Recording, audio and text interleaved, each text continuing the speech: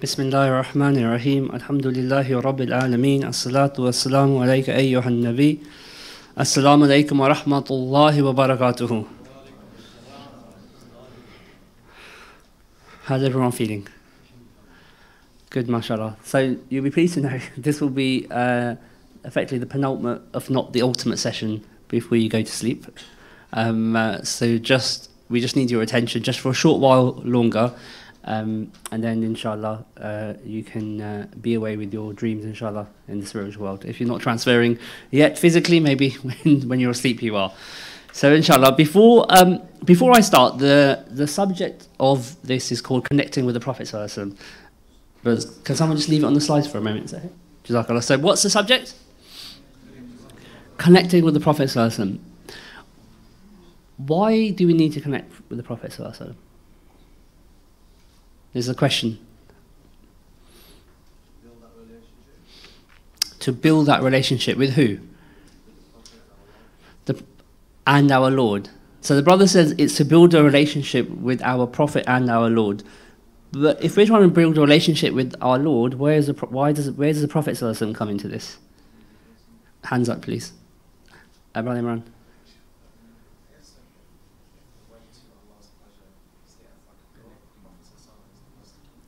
Yes, so Imran said, just for the benefit of the fact that there's no mic, that he goes that the Prophet ﷺ is the master key to connecting to Allah. Anyone else? Why have I not headed this connecting with Allah? Because that's what we're ultimately wishing to do.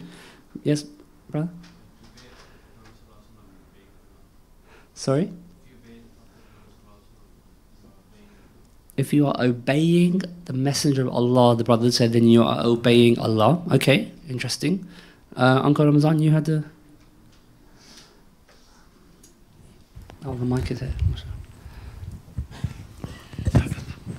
Bismillah ar-Rahman ar-Rahim. Connecting with Prophet sallallahu alaihi wasallam is mandatory. It's a channel, it's a conduit to get to Allah subhanahu wa ta'ala. So mashallah. So Uncle Ramazan said that connecting with Prophet sallallahu alaihi wasallam is mandatory so you can connect with Allah. Does everyone agree? Does anyone not agree? So we all understand that even though we know we want to connect with Allah, we all seem to accept that we have to go through the prism of the Prophet ﷺ. So to connect to Allah, we have to connect to someone else that allows us to connect with Allah. So let's just keep for that for a moment. So then how do we connect to the Prophet ﷺ?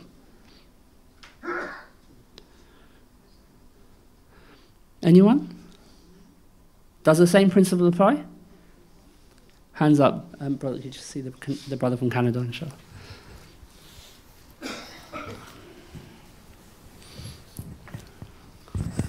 Assalamu alaikum. Wa alaikum assalam. So by following his teachings, so following the sunnah, the footstep of the Prophet sallallahu alaihi wasallam. Okay, yes, interesting. So the brother says that to connect with the Prophet sallallahu alaihi wasallam, we connect to his sunnah. But so far this is the rules that you have established, which is that you've said to me that to connect with Allah you have to connect with the Prophet sallallahu alaihi wasallam. So to get close to the ultimate being, i.e. Allah, we accept that we have to go through someone else to get to Allah. Does that same principle apply to the Prophet sallallahu alaihi wasallam? Who said yes? Okay. Dr. Salim, can perhaps you... I saw your head nodding. Let's...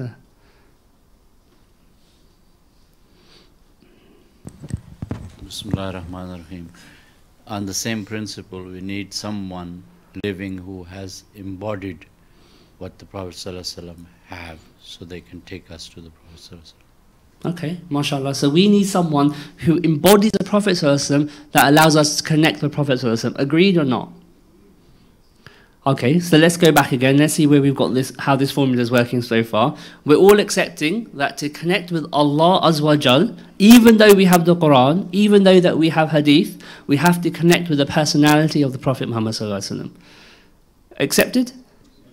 Okay. No one here in this room has said, but we have the Quran, so that suffices. We accept that to understand the Quran, we can only understand it through the prism of the Prophet sallallahu alaihi wasallam.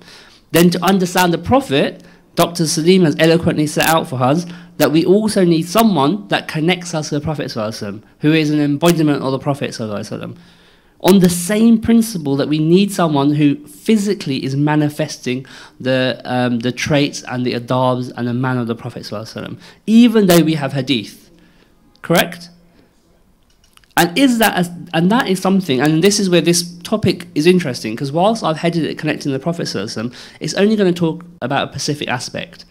Because as Dr. Salim was saying, and as we've established in terms of connecting with Allah and even connecting with the Prophet ﷺ, this is a sanad that has a sanad is a chain that's happened in our deen. And as I mentioned in the introduction that we had, that we have the Prophet ﷺ, and his examples were the companions. They followed his example, and then the tabi'in and the tabi'in. And the prophets, they don't have inheritors apart from which type of people? Who inherits from prophets? Family members don't. The scholars. That is the statement of the Prophet ﷺ, that the ones that inherit from the Prophet are scholars. So therefore, everything points, this is amazing, the absolute uniqueness of this deen, that everything then points to the fact that you need someone that manifests the Prophet ﷺ physically in this life for us to connect with him. And then once we connect with him, ﷺ, we connect with Allah. And this is the kind of canal which I will explain. Everyone wants the pleasure of Allah subhanahu wa ta'ala. But we know as a fact as Muslims that Allah loves who? He loves the Prophet ﷺ. That's something no one has a doubt about. So I can't make or engineer a way that Allah will love me. But what I do know is that Allah loves him, i.e. sallallahu alaihi wasallam. And therefore, if I can resemble that which Allah loves, there's a chance that Allah might love me. That is literally a summary of everything that you're doing here on whichever level. When you're sorting out your tongue or your eye, all you're doing is you're making yourself resemble the Prophet ﷺ as much as possible, so that you resemble that which Allah loves, so that Allah loves you. So just bear that in mind. And one of the other things, now that we're speaking about how to connect to Prophet ﷺ, there's 4 key things. So most of you are here for the retreat. Some are people from the Ittikaf. And one of the goals here is what? To have unveilings. Yeah? Why are you here to have unveilings? So you can tell stories to your grandchildren? No. So what's the purpose? Certainty in mind to do what? So what will that certainty give you? What are you hoping it will give you? Hands up. Someone says something. Yes, Brother Asif. To help me prevent me from sin. Prevent you from sin. Absolutely. MashaAllah, Siraj, sorry, a bit slow.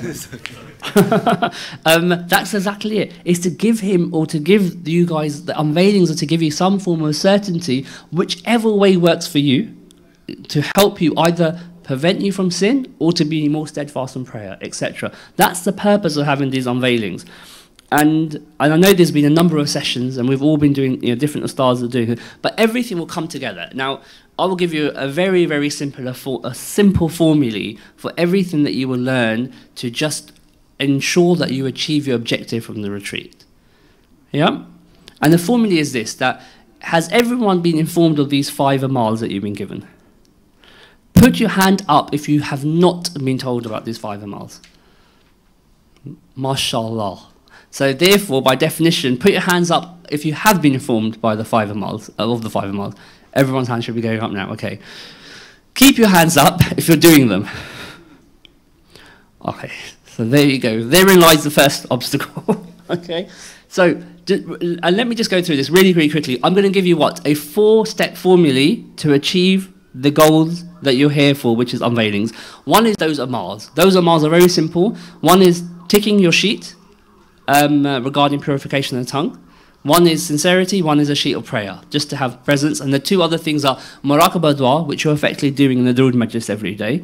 And the other one was just spending a few times in dhikr. Now, the purpose, really, really understand this, because people keep asking the same questions and they come up, and they're good questions to ask, all the stars get them, is, but I've just come to this retreat on day 1. Day 0, I was a sinner. Now I'm here. How on earth am I going to get an unveiling just like this?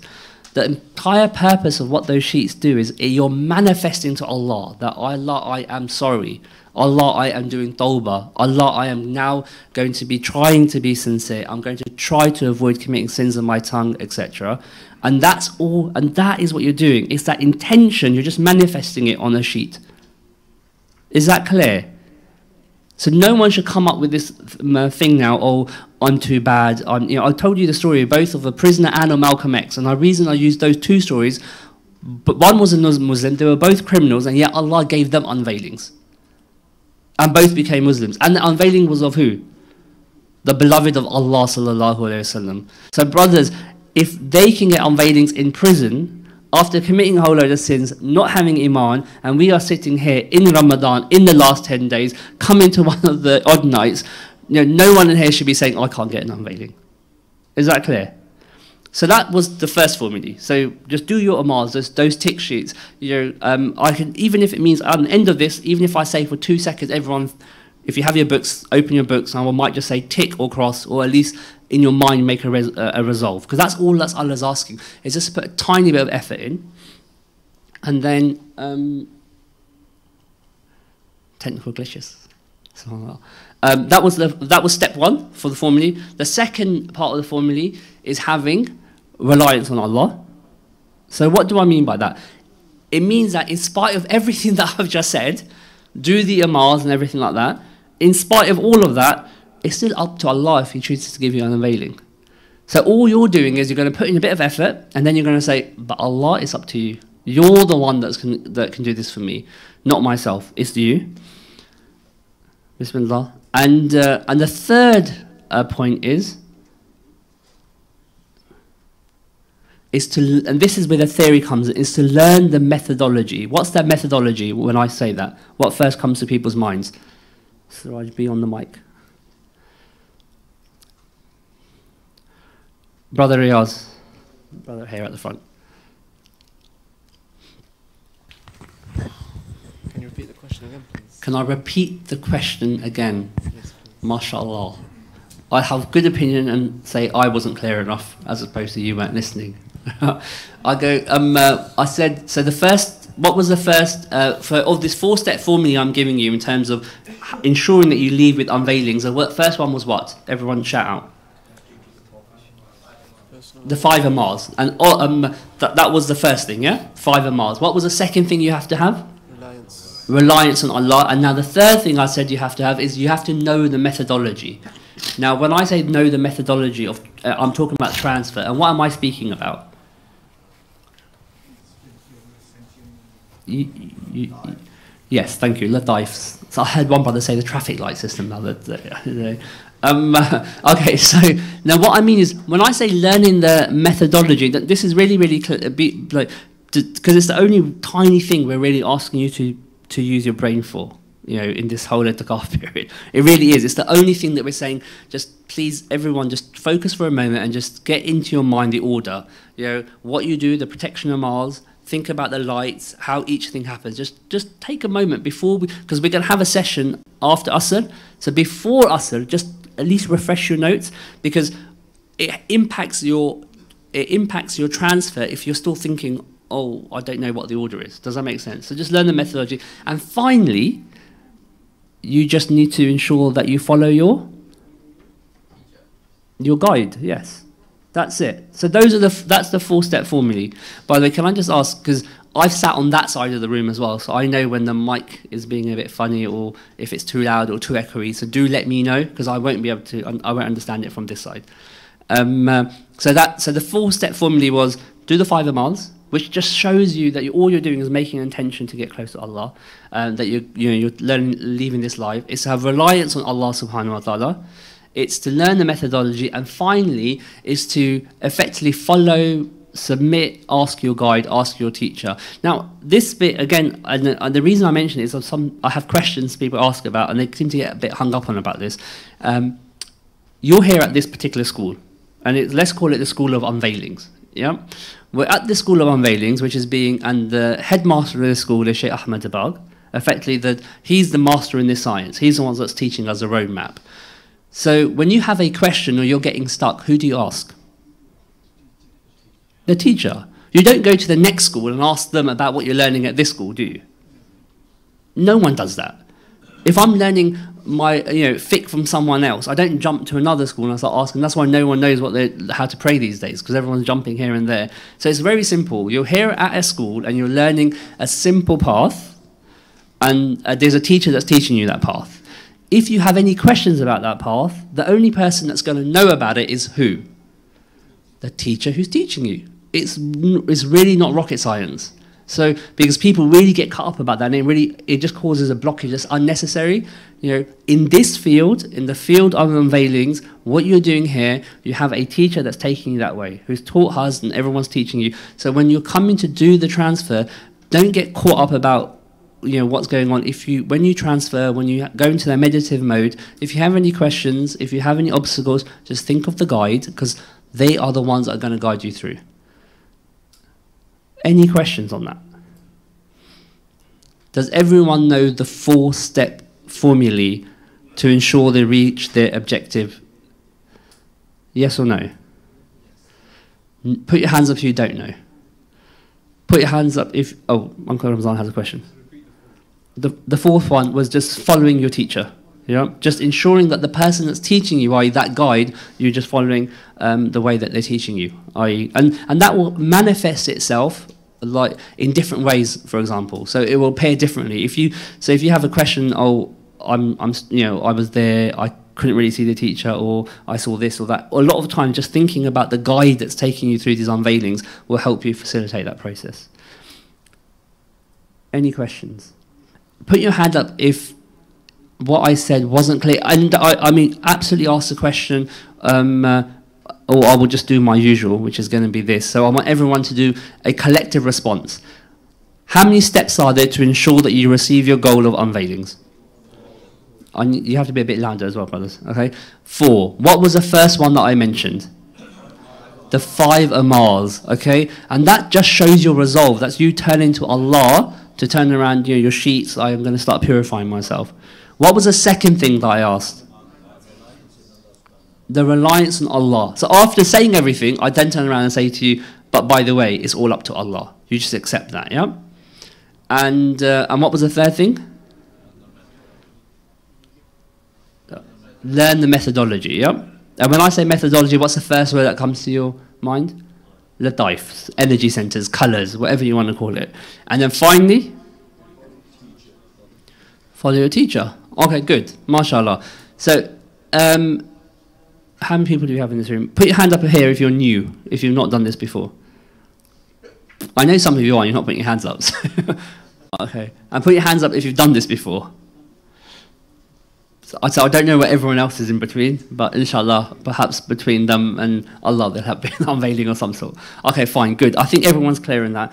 So, inshallah, so now, part of what this module is about is to help you to connect your spirit, or just to engender in your spirit, in your mind, in your heart, some aspects of the Prophet ﷺ, to connect with the Prophet ﷺ.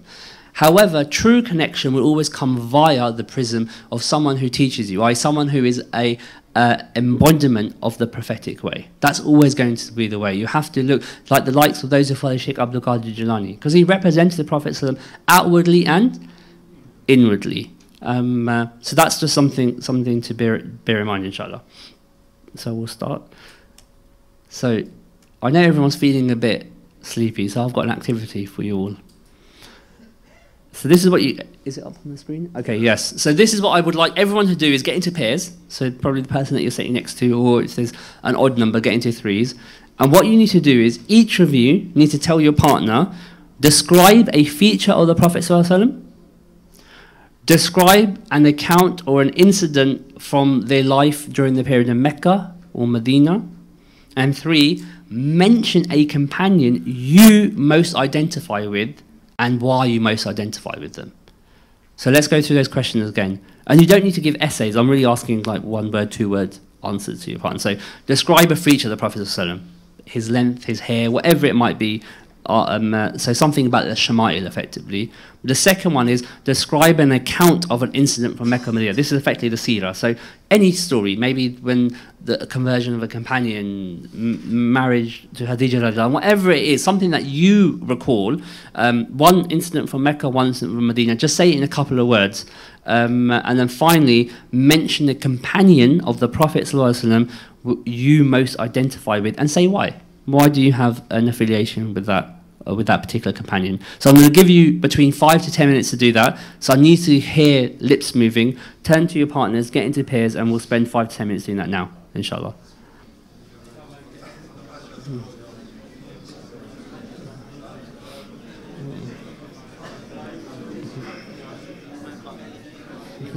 That's right.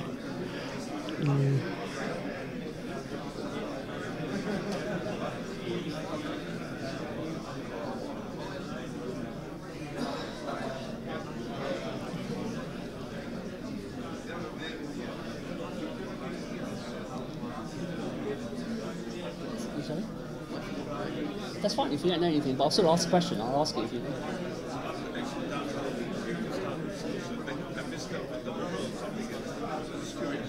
Sorry? Have you finished your thing downstairs? I was just downstairs with the Ustaad. Is that finished now, yeah? No, I'm going back. They have having a break now. Oh, connecting with the Prophet, so that's it. So it's about seerah and some aspects from his life? Okay. Cool.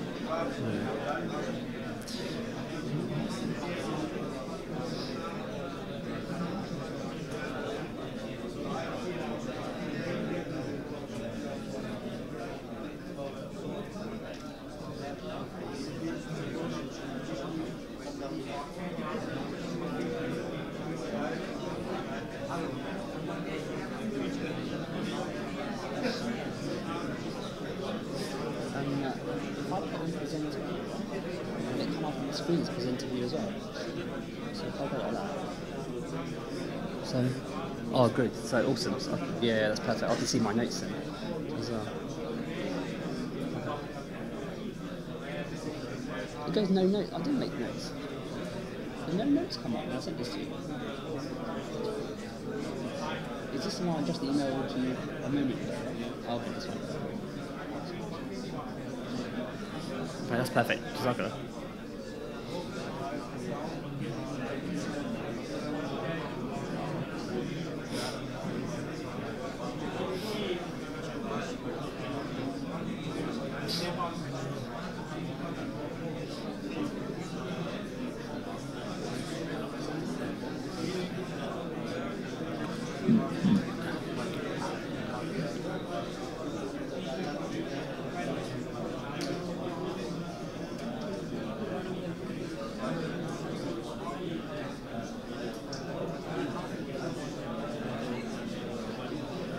Shamsher.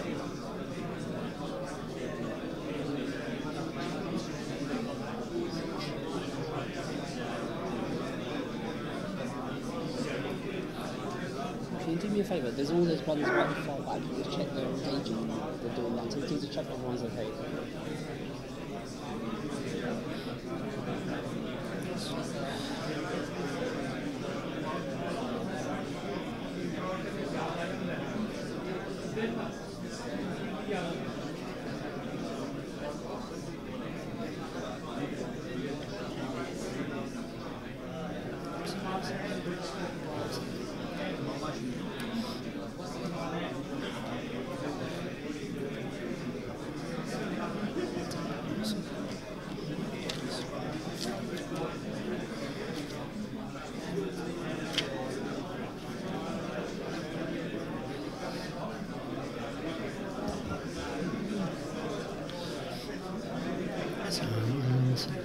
So just check everyone's doing okay. Is that what you're doing anyway, yeah?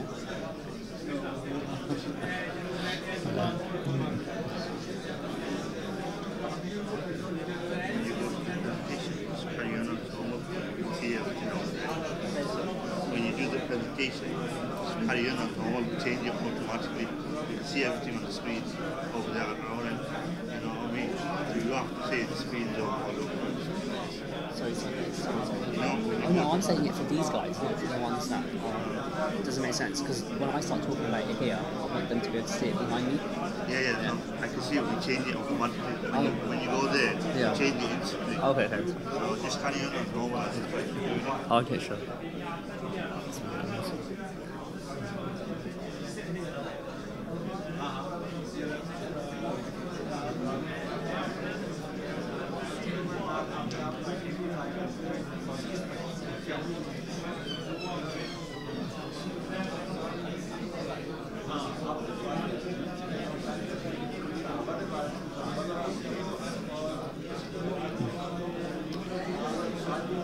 So I'll give you one more minute and then inshallah we'll reconvene.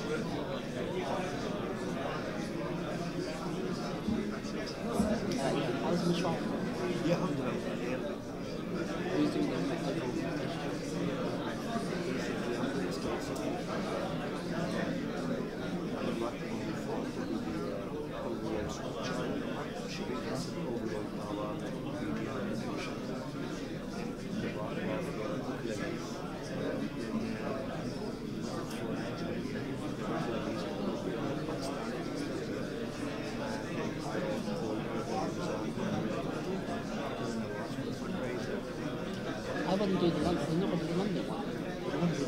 I think I should. I would normally say no, but just the impression I got from this one was like a really positive presentation.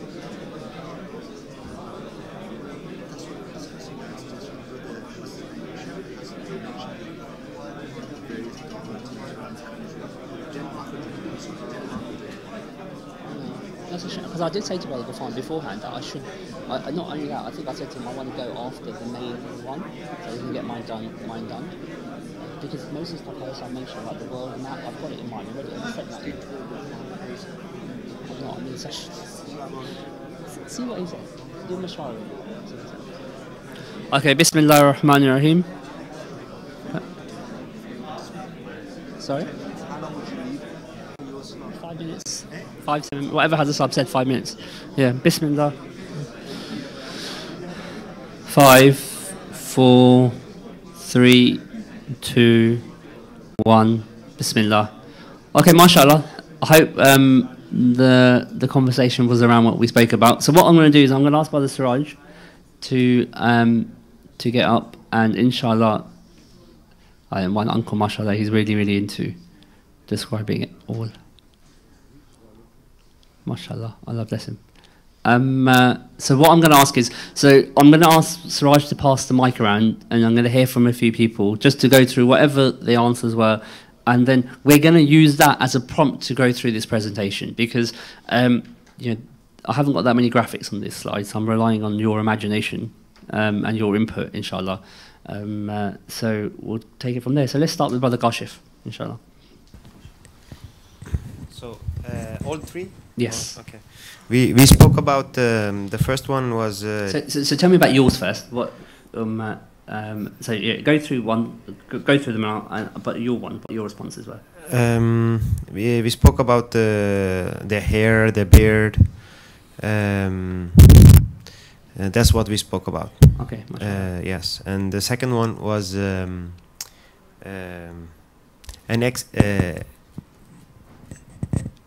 a story about an accident. No, not accident. What it says, incident. Yes, yeah. Incident. Then we spoke about the lady that they used to throw the garbage when they were walking and when they were sick. They go and see her, the compassion that they have.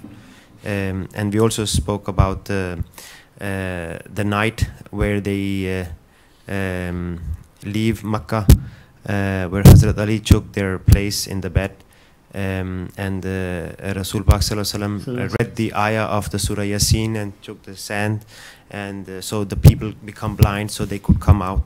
I'm very fascinated about that, because I told the brother I use it sometimes if I'm sitting with my kids in the car and they don't have seat belts or the chairs, and I see the police, then I read the ayah and we could just go through.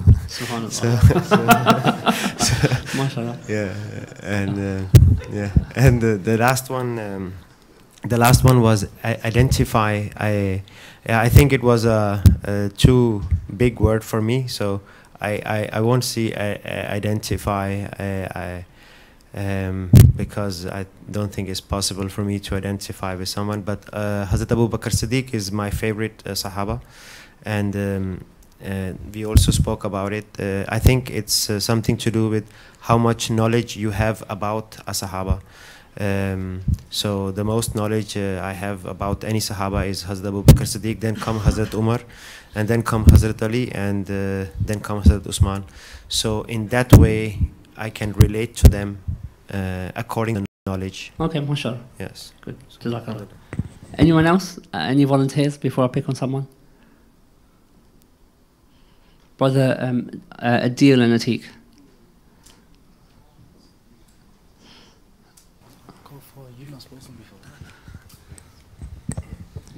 Assalamu alaikum. Wa alaikum assalam. So for the first one, I've forgotten what the first question was. Can you just bring it up on the screen again, please? Oh, that's it. We spoke about the Prophet's teeth. So once their wife, our great mother Aisha radiallahu anha, she asked the Prophet to smile, and then because she wanted to see their teeth, and when they showed her their teeth, they were so white and so bright that she fainted. So that was the first one. The second one, we spoke about the same incident. The the throwing of the stones at the Prophet, sallallahu alaihi wasallam. But we also spoke about how then he still forgave the people when Jibreel came and said, asked the Prophet about the turning the mountains onto them, and then the Prophet said, no, don't, one day, they will be my followers. And then the Medina incident, we spoke about the reception that the people of Medina gave when the Prophet sallallahu alaihi wasallam arrived, and how the brother was saying that something about the tranquility. In Medina, mashallah. Yeah, so there's a lot of tranquility in Medina, even up until today when you go there. The companion, we too don't really feel like we can identify with them, but the one we did speak about was Umar ibn Khattab. So for example, that night when he planned to go and kill the Prophet, but then when he heard the recitation of the Quran, he found it so beautiful that he converted. And then, mashallah, he was the companion that it was because of him Islam spread further and a lot more, as he was the Quraysh ambassador. That's what we spoke about. Okay, mashallah. The brother, the one that's looking right at me, I don't know your name. In front of Raja sir. You, yes. Assalamu alaikum. Wa alaikum assalam wa rahmatullah. What's your name, brother? Faryal. Faryal. Yeah, me and brother Bilal, we were discussing how the Prophet Muhammad sallallahu alaihi wasallam's eyelashes were extra long, and we spoke about an incident where the Prophet Muhammad sallallahu alaihi wasallam wandered off to the desert in Medina, and he liked a particular camel, and there was people that were selling the camel, and one of them looked at the Prophet Muhammad sallallahu alaihi wasallam and he said, I would like to take the camel. The Prophet sallallahu alaihi wasallam said, so he took the camel away, and the person didn't ask him without hesitation. So when the person went back to the other two people, they were shocked and like, how did you give away this camel? We're not going to receive payment of it or anything. And he said it was just the looks of this person, just how truthful his face was. And before the night ended, he was paid back twice, 3 more times. And the last one was what was we were talking about Hazrat Ali, and how close he was with the Prophet Muhammad sallallahu alaihi wasallam, and his contribution to the battles. Okay, mashallah. Okay, I'm going to take one final one. Rather than me pick on someone, let's see someone volunteer. Preferably someone new, inshallah. Well, I've got Imran's hand, mashallah. Anyone else? Going once, going twice. Go on, brother Imran. Bismillah.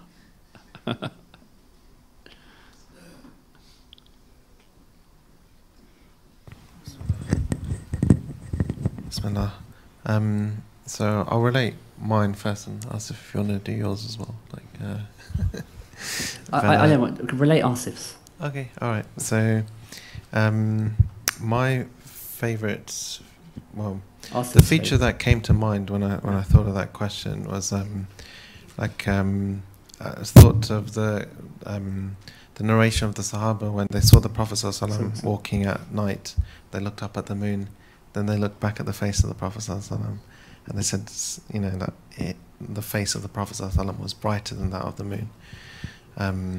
So that's one thing that stood out for me. And then Asif related that that one thing that's he's quite sort of fond of was that the Prophet ﷺ had this trait that in gatherings that he would always appear to be slightly taller than the tallest individual in that gathering, even though the Prophet ﷺ was of average height. And even when they were sitting down in a gathering, that still they would appear to be slightly taller than the tallest person. So the next one was an incident. The one I kind of that touches me is when the Prophet ﷺ first received revelation, and they went back to their wife Khadija radiallahu anha, and they said, "Cover me," and that's what their wife did, and that was quite a beautiful moment for me in the prophetic story, and it was right at the beginning of the revelation. Asif related after the Battle of Hunain, when the war booty, so after Fath al-Makkah, when the war booty was being divided up across the new tribes and the new Muslims, and between the Ansar as well and the supporters, the Ansar could see that the best things were being given out to the new Muslims, and they were quite shy to ask the Prophet ﷺ, but they eventually did. They asked that, Ya Rasulullah, you know, you're giving away the best of things, and the Prophet ﷺ sort of related back to them, is it not enough that I'm coming back with you to Medina? And they took that as, you know, wallah, that's enough. So and then the last question was, so who do we relate to? Or again, I think I'll share the thing with everyone else.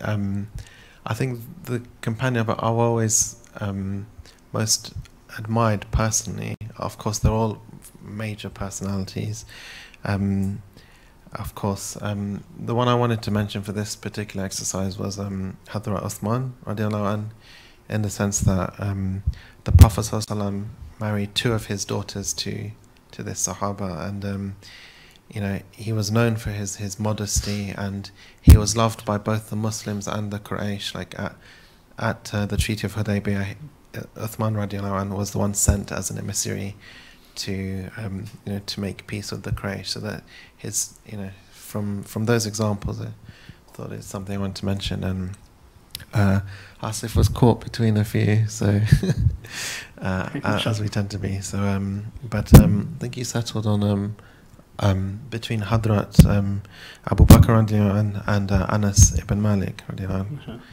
So mashallah, jazakallah Imran. I asked to relate for Asif, and mashallah you related for yourself, but that's good. Okay, mashallah, so what was the purpose of this exercise? What do you think?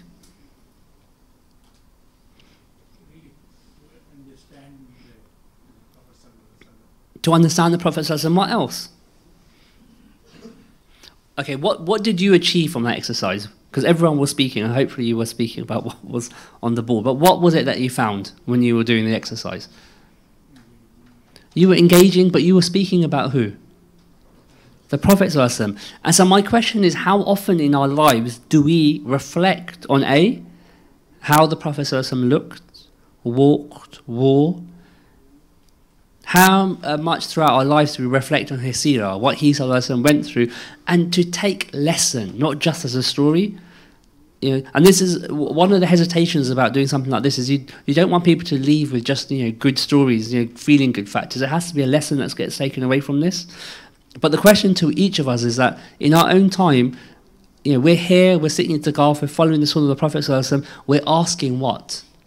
We're asking that we would at least get the huzuri or the presence of the Prophet ﷺ. But my question is, how many of us in our time do we actually even think about him ﷺ in an intimate way, thinking about how he looked, how he walked, what he went through, rather than when it's prompted? And finally, same with the companions. Because the Prophet ﷺ says that you will find an example for you in his companions. And the companions varied so much. So the beauty of that is, so you had some companions like Abu Bakr radiallahu anh. You had some who had a particular lifestyle. You had companions like Uthman ibn Affan radiallahu anh, who had such modesty but such wealth like you wouldn't get amongst other companions. Some were poor, like Abu Huraira. So there's an identification with everyone. There were others like Hamza radiallahu anh, and we'll speak about him a bit more, who for him it took Islam a long time for the restrictions of Islam to come into force. Alcohol was still rife in Mecca at that time. All of these different things are going to have an impact on your relationship with Islam and your relationship with the Prophet ﷺ. And that's the purpose, inshallah, of what we're going to do. So what I'm going to do now is I'm just going to go through just some key aspects of what occurred around the life of the Prophet ﷺ. And what is this? The mentality is for you to do what? Because this is knowledge you're learning about who? Sallallahu Alaihi Wasallam. So just like those of you who, if any of you follow football or whatever, the amount of times you ask someone about their football team and they will tell you when, in which year their team won the Champions League. It's not a joke. They'll reel off the facts like, but we beat you this time, and you remember last year in the league, do they sit at home with a book and revise those facts? Some of these people don't go to school. Some do, but they don't sit there thinking, we won the Champions League this many times, this is how many times Arsenal won, this is how many times. They don't do that. No one sits with a book. So where does all that information come from? Where do you think it comes from? Love, absolutely. Because when you love something, then it just sits in the heart. That's why they can recall so much information. And that's why the companions said that the hadith, or the saying that was most beloved to them from all the things that they heard from Prophet ﷺ, was that when he said to them that you will be with whom you love on the day of judgment or in the hereafter. And they said that when they heard that, they were overwhelmed. And now you ask the companions why? Why were they overwhelmed by that hadith? All the hadith, probably because they go that we don't know about the sincerity of our salah. When we do Allahu Akbar, we don't know whether it's accepted or not accepted. But one thing that they said that we knew without a shadow of a doubt is that we love that man, sallallahu alaihi wasallam. So when he, sallallahu alaihi wasallam, said that you will be with whom you love, they thought, we're sorted. We know we love him, so where is he going to be on the day of judgment? Is he going to be being punished?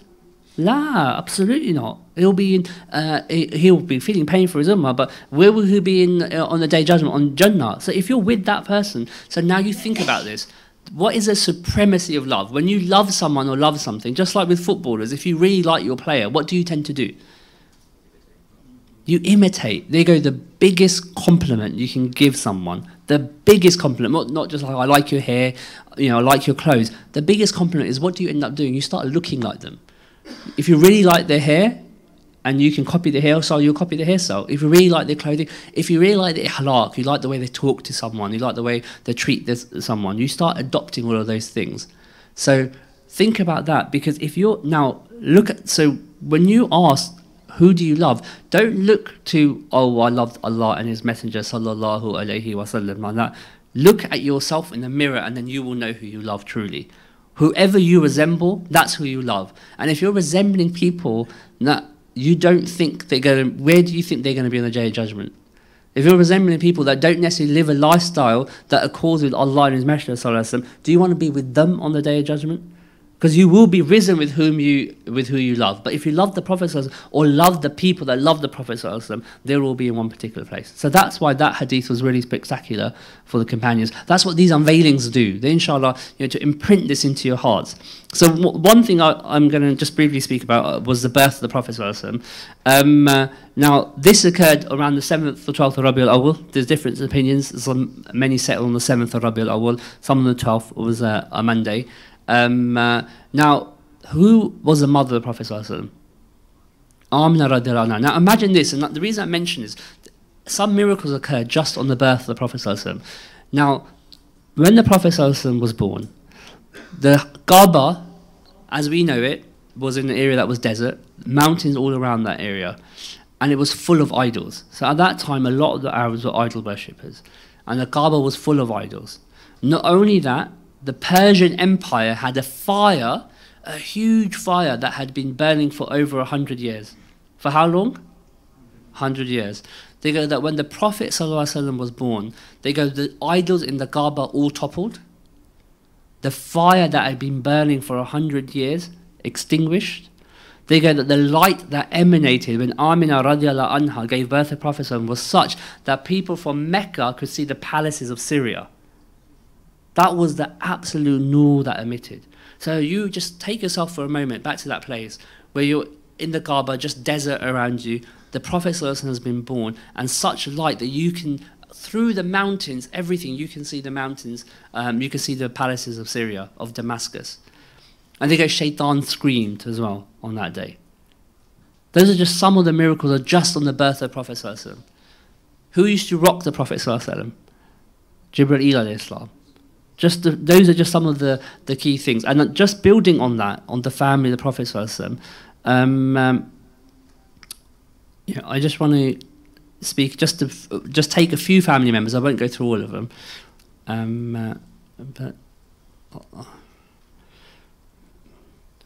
So the mother and father of the Prophet ﷺ, the mother was Amina radiallahu anha. She passed away when the Prophet ﷺ was 6. How old? How old was the Prophet ﷺ when his father Abdullah radiallahu anhu passed away? He wasn't born. So the Prophet ﷺ was born an orphan and then was re-orphaned again at the age of 6. He then lived with his grandfather, Abdul Muttalib, who passed away when he was 8. How many instances did he have during his time of passing away like that? And I'm just going to take now just a few. I've got there the uncles of the Prophet ﷺ, and I've put 3 specific. There were more than 3.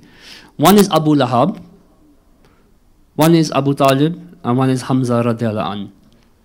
Now Abu Lahab, we know him because his dhikr is done where? In which surah? Surah Lahab. Yeah. He was he's one of the cursed uncles of the Prophet ﷺ. He didn't accept Islam. But when the Prophet ﷺ was born, and this is really interesting, is that when the Prophet ﷺ was born, one of his slaves came to him to give him the news that you have a nephew. And in the happiness that she had just given him that news, he pointed his finger at the slave and said, "You're free." Yeah? Later on, when the Prophet ﷺ started prophesying, Abu Lahab became one of his foremost enemies. Really, really serious enemy of Islam and of the Prophet ﷺ. He passed away in a really, really bad state. And then once he passed away, someone else saw him. You do the barzakh muraqabah that we speak about. There was an unveiling, and they saw him, and they said, "What state do you find yourself in now, Abu Lahab?" And they got that he was being punished in the barzakh, severely punished. He goes, "But I get respite for a short amount of time on a Monday, that Allah gives me respite from the finger that I used when I was happy at the birth of the Prophet ﷺ, that I get a respite from punishment just for that short time at a time." Now that's the station of Abu Lahab. Now I've got there Hamza radiallahu anhu. I'm going to speak about that later. But one of the key things that you should know, I've got the cousins of the Prophet ﷺ, Zubayr, Ali, and Jafar radiallahu anhu. And there's the children of the Prophet ﷺ. So inshallah we're going to come deal with that in a bit more detail. But I just want to now ask all of us, and this is really important, just to take ourselves back to the early life of the Prophet ﷺ. So when the Prophet ﷺ lived, he lived in Mecca. Was that a Muslim society at that time or not? What was it? They were idol. Well, what was their lifestyle like?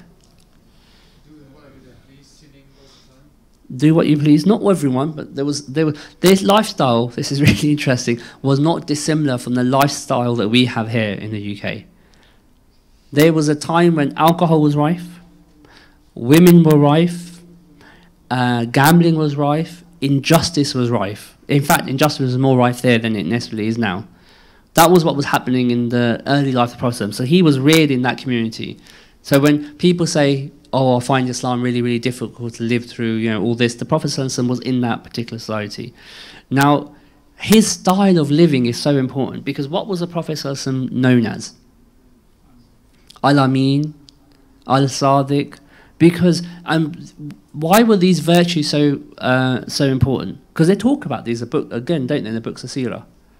A lot. Because those virtues, he was known as these qualities before prophecy was revealed to Hazai, before we knew he was a prophet, but because this was how he was living throughout that time. In a society that's so corrupt, he was still absolutely just. People used to give their belongings to him to look after. He was officially like the bank. He would look after the things for them.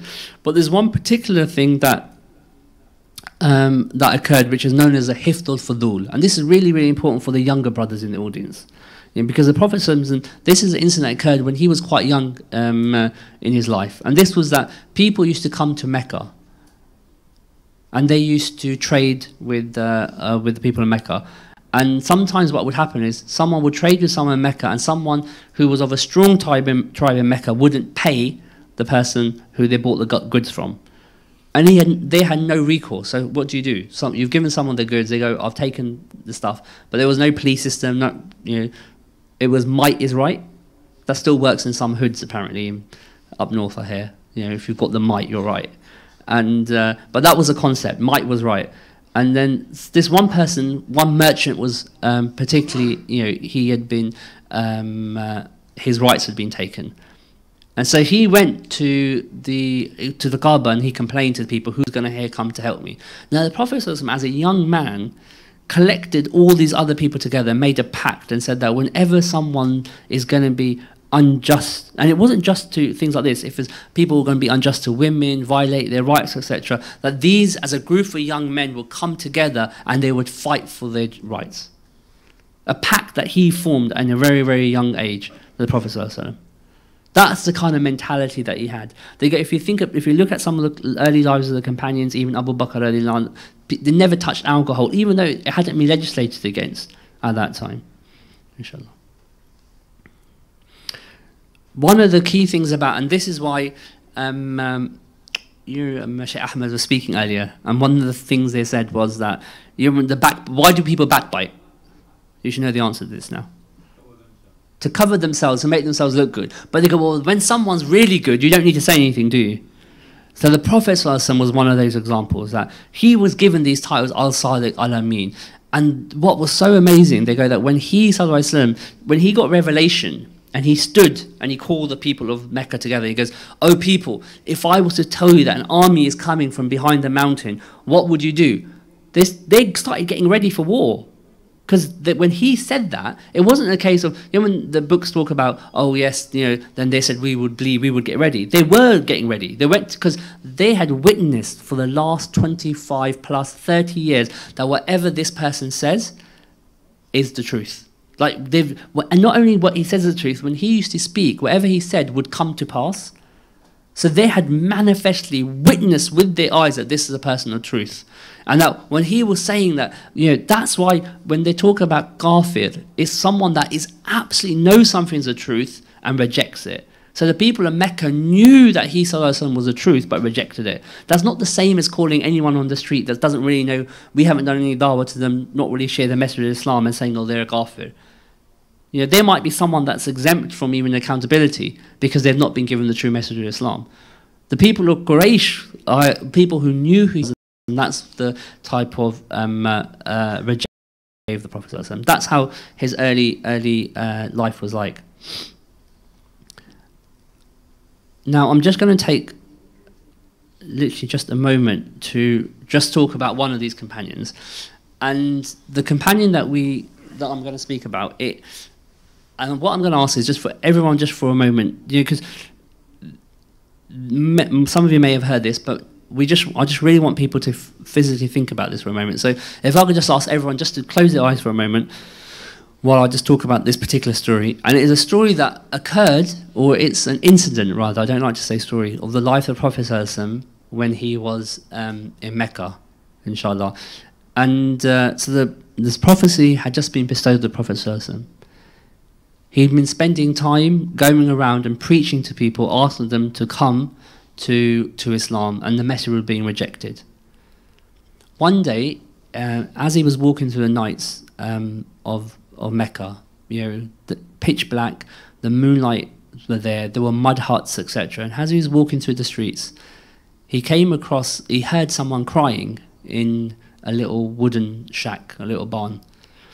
And as he came to this person, he knocked on the door, he entered, and there was a man there crying profusely. And the Prophet ﷺ asked him, why are you crying? And he said that he was a slave. And he goes that, I'm crying because my master works me all day in the fields or outside. And then at night, he makes me grind all the flour all night. So I don't get a chance to sleep. Then I'll wake up again in the morning, and then he whips me, because if I'm not working hard enough during the day because I had no sleep, he whips me and whips me until I fall. And he goes, that's why I'm crying, because I can't get the work done. So the Prophet ﷺ said to this man, okay, that's fine. He goes, you sleep and I will grind the flour for you. So the Prophet ﷺ ground the flour one night. He ﷺ came back again the next night. And he came to the slave and said to the person, you sleep, let me grind the flour. This went on day 1, day 2, 4, 5, until all the flour that had to be ground had all the work had been done. On the final day, the Prophet ﷺ took his leave from this person. And this person then said to the Prophet, oh, you've come here and you've been helping me. I haven't even asked you for your name yet. Look at that. He's been helping this person for a week, and the Prophet ﷺ hasn't even told him who he is, hasn't mentioned Allah, hasn't mentioned anything. He just said, look, you sleep, I'll do the work. After a week of this happening, the slave said, what is your name? He goes, my name is Muhammad ibn Abdullah. I am Muhammad, the son of Abdullah. And to which this person turned around and said, you're the Muhammad that they speak about, that's brought this new religion? They go, that you can't be right. They go, I hear you're a sorcerer, you're this. And he goes, no, I simply come with the message. That slave at that moment took the shahada, ashhadu la ilaha illallahu wahdahu la sharika la wa ashhadu anna Muhammadan abduhu wa rasul. Brothers, do you know who that person was? That was Hazrat Bilal radiallahu anhu. Inshallah, open your eyes now, inshallah. Why do I relay that story? Because Hazrat Bilal radiallahu anhu, look at the way the Prophet ﷺ engaged with him for an entire week. He ﷺ, that's the way he did dawah to him. Didn't mention Islam, just through his character, genuinely helped someone in need. So now, when we speak about the torture of Bilal radiallahu anh, when we speak about what happened to him, because his torture was immense compared to anyone else's. Because what would happen with Bilal radiallahu anh, he was a slave, he was of African heritage. Abu Jahil was his master. They go that when he converted to Islam, he found out, he would take Bilal radiallahu anh into the desert, into the scorching hot sun, and they would put black armor, metal armor on his back. And when the sun was at its zenith, they would leave it and let it melt into his skin. Once it had been melted into his skin, they would rip the armor off. When the wounds were still red and with flesh, then they would whip him on those wounds. And then they would say, now say Al-Uzza is your Lord, i.e. the idols. And he would say, Ahad, Ahad. So then they would get the boulder and they would begin to crush him. And he would say what? Ahad, Ahad. Other companions, and there's no fault of their own, they went to companions, they said, for that moment they gave in and said Al-Uzza or whatever it might be, but not Bilal radiallahu anh. He continued, in spite of all that, in spite of the fact that he was even said that you could say the idols are your Lord, just to relieve yourself from punishment, as long as you don't believe in your heart. But he kept on saying what? Ahad, Ahad, Ahad. Where do you think that iman came from? Look at the conduct of the Prophet ﷺ. He goes, this man had helped him for this entire period, for a week, and never asked. And that's why if you practice and live Islam like the Prophet ﷺ did, that's why you get companions like Bilal radiallahu anh. That's the supremacy of this deen. Inshallah. And one other companion that, inshallah, when we have more time, I might might speak of them. But one other thing I'll just touch on is the story of Daif. And now again, it's something to think about, because this was a time. So this happened post prophecy. The Prophet ﷺ had just lost two of his most strongest supporters in Islam. His wife, Sayyidina Khadija radiyallahu anha, the mother of mothers, the queen of the heavens. Books can be written about her. She had just passed away. Abu Talib, one of the strong uncles and strong protectors of the Prophet, had just passed away. It's known as the year of sorrow in the books of Seerah. And so he had lost two of his most supporters. He was being persecuted before, now the persecution had gone a lot worse. So what the Prophet ﷺ did, and the reason I mention this is that he was asked what his most arduous time was. The thing that he found most hard. And the Prophet ﷺ said it was a time of Daif. So what is the time of Daif? What is it that met the most hardest time, Prophet ﷺ? And they go, Daif was a neighbouring town to Mecca. And they go, the Prophet ﷺ went to Daif, and he went and he did dawah there for how long? 1 month. 30 days he called people to Allah and His Messenger ﷺ.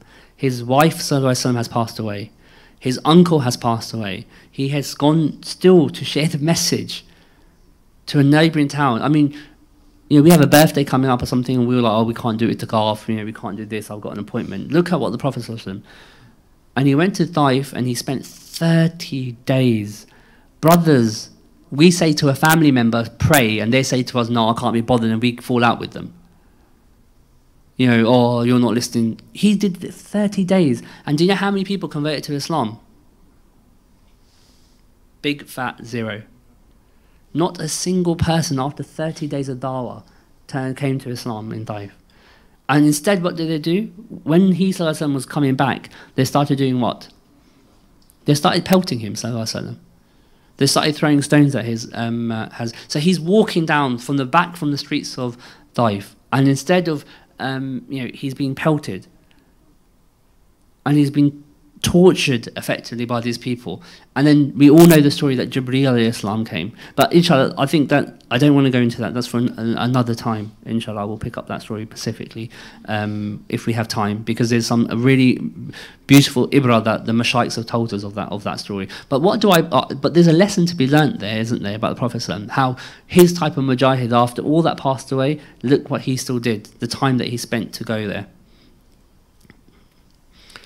The Battle of Badr. Now this is one particular incident that happened where?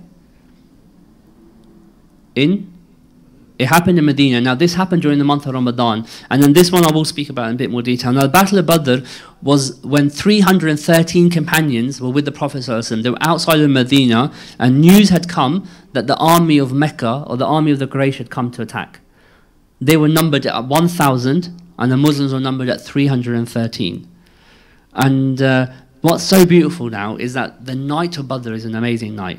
Now, if everyone just thinks about this, if night of Badr is known as night of Badr because the full moon was shining, so it was one of the white nights of his the calendar, and the entire place, we're in the desert, and the Prophet ﷺ is there with 313 companions. Now, when they first got news that this battle was going to occur, the Prophet ﷺ did mashwara with the companions. Should we go out to meet them? And they said yes, and there's a beautiful story behind that.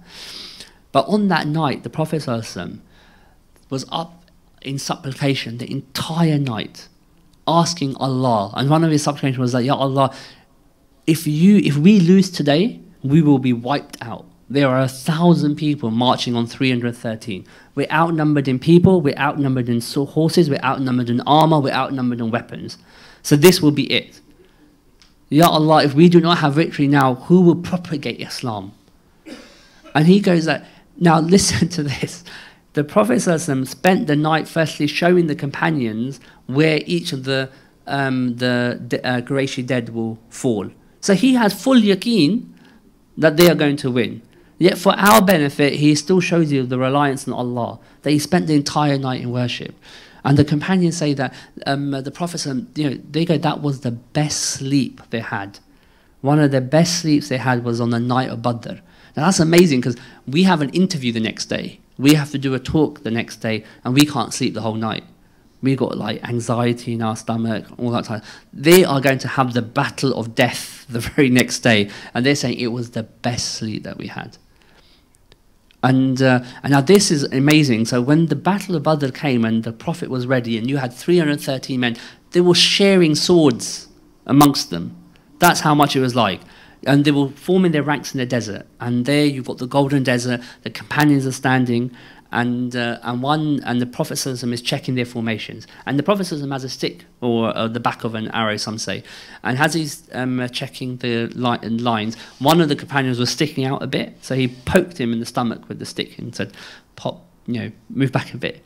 And that companion said, "Ya Rasulullah, you've hurt me, I want my revenge." The other companions are looking at this in shock. They said, "What's he saying?" He goes, "Ya Rasul, you poked me, now I have the right in Islam to call up, I want my revenge." What did the Prophet ﷺ do? He handed him back the stick, and the Prophet ﷺ lifted up his shirt.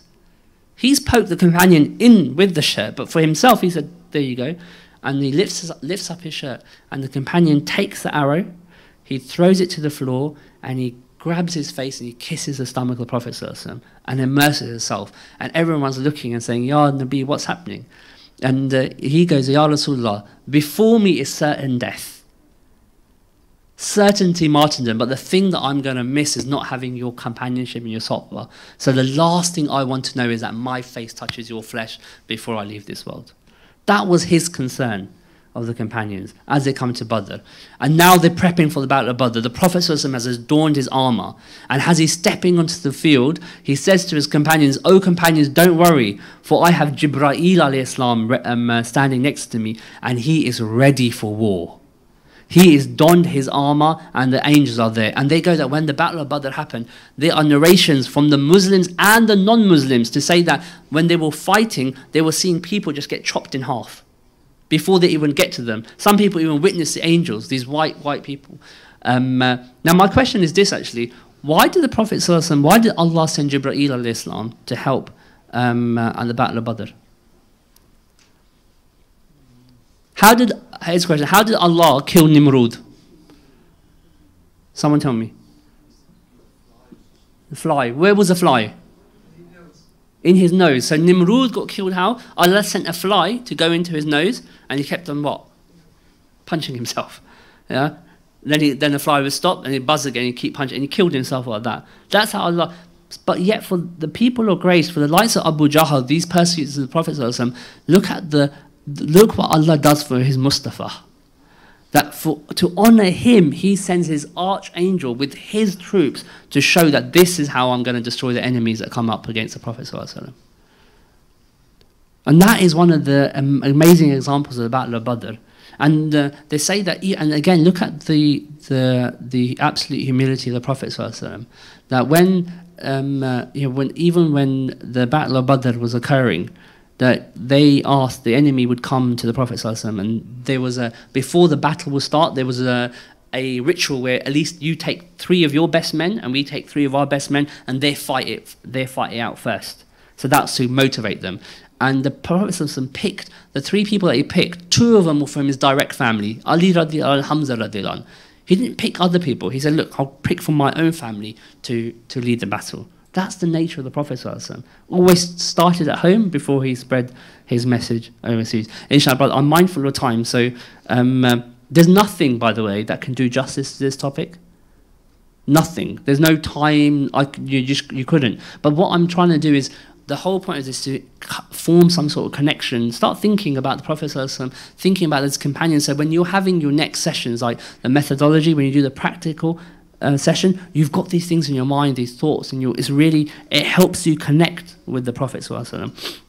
But one thing I will finish on, I'm going to finish on the intercession on the Day of Judgment. And the reason I mentioned this, and this is the final thing I'm going to speak on. Shabbat Shalom, I'm going to check. Are you going to do the Amal session after? Oh, you have got something planned there, yeah? Okay, that's fine. Oh, it's a surprise. MashaAllah, you've got a surprise. when Dr. Shah says it's a surprise, even I get a bit worried, but I'm sure it's going to be a good surprise. But so inshallah, I'm just going to conclude on this on this point, so you can look forward to your surprise, inshallah. This is the day, because Shaykh Ahmed was mentioning about the arduousness on the Day of Judgment. Then they go that mother denies father. Now, this is something that it really, really goes to show the absolute love the Prophet ﷺ has for his ummah. Because on that day, and this is the day that I have referred to, intercession, Day of Judgment, this is one of the intercessions the Prophet ﷺ will do for us. And they say that on that day when we get risen, so the trumpet will be blown and everyone will be risen from earth. So who here has been on Hajj? So you got the plain of Arafat, the desert, that's where we're all going to get risen. Billions, trillions, however many of humanity there's ever been, we'll all get risen on the plain of Arafat. Why would everyone be in such a bad state? Now think about this, because they go, the sun will be pulled close, so we'll have the heat of the sun. We'll see each other in our states, i.e. whatever sins or whatever we are, that will all be manifested in itself. The anger of Allah will be manifested on that day. So we'll be risen from our graves. They go, it's the day that mother denies daughter, father denies son, brother denies brother. No one wants to know each other. They go, a mother that has a baby, she will be prepared to throw her baby on the floor and stand on the baby so she can avoid the punishment. Just on what? On just being resurrected. Brothers, I'm not talking about judgment yet. I'm just talking about us being resurrected. So imagine that. The heat of the sun is there. People are boiling. They go, people will be eating their hands. What does that mean to you? Why? What do people do when they're nervous? They bite their nails, don't they? Can you imagine the nerves that you will have on the Day of Judgment? That's when they say people will be biting their hands. Is that you'll eat through your nails because you'll be so concerned about Allah, the anger of Allah on that day. And on that day, they go that everything, so the heat will be drowning in our sweat. What does that mean, drowning in our own sweat? Do we even have a comprehension of that? We'll be screaming, running away from each other. Eventually, at some point, in the heat of the sun, in the absolute mayhem, eventually as a people, we'll go to who? We'll go to Adam alayhi salam. And they say each of the prophets will be on little mini islands. And we'll go to Adam alayhi salam and we'll say, oh Adam alayhi salam, oh our father, you were the first that Allah sent to this earth. Intercede for us. Tell Allah to commence judgment. What are they talking about here? Are they talking about? They're just saying start the Day of Judgment. We haven't even started Day of Judgment. That's how bad it is. So we're going to Adam alayhi salam. Oh our father, ask Allah. You're the first prophet. Tell Allah that we can't take this anymore. And what's his response? Nafsi, nafsi, myself, myself. Never have I seen my Lord this angry. Never will he be this angry again. Leave. That's the response of Adam alayhi salam, our father. We go from him, we go to who? We go to Nuh alayhi salam. We go to Musa alayhi salam. We go to Ibrahim alayhi salam. And what they respond? Each time we go to these people, Ya Musa alayhi salam, you are the one that spoke with Allah. Tell Allah we can't take this. Tell him to start the judgment. And what's his response? Nafsi, nafsi, myself, myself. Never have I seen my Lord this angry. Never will he be this angry again. Musa alayhi salam, Ibrahim alayhi salam. Why are these prophets mentioned? Because they're mountains of prophets. We know their names, they resonate with us. The Quran mentions these prophets, and we're told that we're going to each of them, and each of them are saying, myself, myself. Then we go to Isa alayhi salam, and he directs us to who? To Prophet Muhammad sallallahu alaihi wasallam. And we go to him in the absolute mayhem that is happening, the punishment that is being on us. We go to the Prophet sallallahu alaihi wasallam, and we go to the Prophet sallallahu alaihi wasallam, and we say the same to him, oh Prophet, ask Allah to start the judgment. We can't deal with this. And what's his response? His response is, my ummati, my ummati. So while every other prophet on that day is saying, nafsi, nafsi, myself, myself, he sallallahu alaihi wasallam turns around and says, my ummati, and he falls down to sujood. And when he's in sujood, Allah inspires the Prophet sallallahu alaihi wasallam to praise Allah like Allah's never been praised before. And he's one of the best that praises Allah anyway. That's why he's Muhammad, Ahmad, Mahmud. That's why he has that station. And he praises Allah, and then Allah says, ask and you shall be given. That is just one intercession, one I'm speaking about, that the Prophet ﷺ will do on us. The person who can go to sujood and the anger of Allah changes. The one that when all other prophets won't stand before Allah, this prophet falls before Allah for Hajj, for the likes of you and me. That's the Prophet that we're speaking about. That's the Prophet we want to know. That's the Prophet who we want to see. That's the unveilings. Why? Because we can have that yaqeen that this person that has done so much for us, has done so much, is doing so much, and will do so much for us. That's who we want to connect with, inshallah. So inshallah, I'm going to conclude on that because you have a surprise. So I don't want to depart from your surprise. Inshallah, like I said, it's a topic that we can't do justice to. But please take the moments that you have now when you will have your breaks and so forth. Just literally, just in your own time, just think about the Prophet, think about the companions, and just have a moment just to reflect on that. Subhanakallahumma bihamdika ashhadu an la ilaha illa anta.